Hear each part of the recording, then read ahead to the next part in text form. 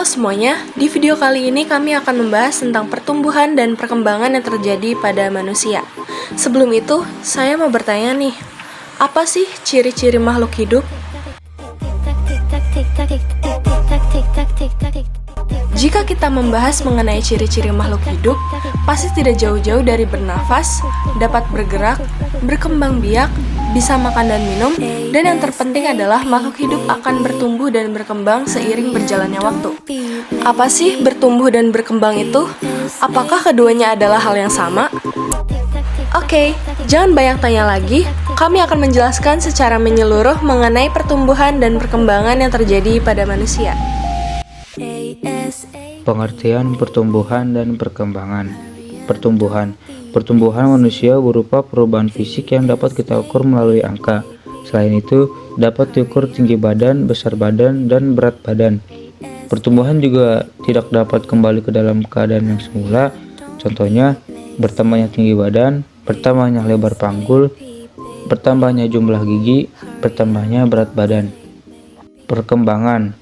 Proses pematangan dari sel-sel tubuh menuju kedewasaan disebut dengan perkembangan, dimulai dari kematangan fisik, perubahan kecakapan, emosi, dan pikiran menuju kedewasaan. Perkembangan tidak dapat diukur dengan angka seperti pertumbuhan yang dapat diukur dengan angka. Faktor-faktor yang mempengaruhi pertumbuhan dan perkembangan. Yang pertama, faktor genetik atau keturunan. Seorang anak, baik laki-laki maupun perempuan, akan mewarisi genetik dari orang tuanya.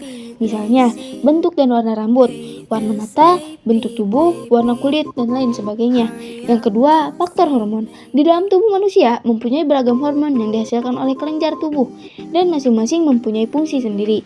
Selain itu, hormon yang ada di dalam tubuh juga mendukung proses pertumbuhan serta perkembangan. 3. Faktor gizi. Faktor gizi yang dikonsumsi seperti makanan dan minuman akan mempengaruhi perkembangan dan pertumbuhan manusia. Pada saat masa-masa pertumbuhan, tubuh kita akan memerlukan banyak protein, sedangkan air dan makanan yang dikonsumsi juga akan membantu tubuh memproduksi energi terbentuknya sel-sel tubuh. Yang keempat, faktor lingkungan. Peran lingkungan dalam pertumbuhan dan perkembangan manusia akan memberi dampak positif seperti cara mengatur emosi saat bersosialisasi, adanya dukungan kemajuan teknologi, rumah tangga, serta perekonomian. Yang kelima, olahraga atau kesehatan. Olahraga menjadi salah satu faktor penting dalam pertumbuhan dan perkembangan manusia. Kekuatan otot dan tulang saat berolahraga akan tumbuh dengan baik, serta sistem imun di dalam tubuh dapat terhindar dari penyakit. Tahapan-tahapan pertumbuhan dan perkembangan pada manusia. Yang pertama, embrionik. Embrionik adalah fase di mana pertumbuhan dan perkembangan embrio saat masa-masa kehamilan hingga melahirkan.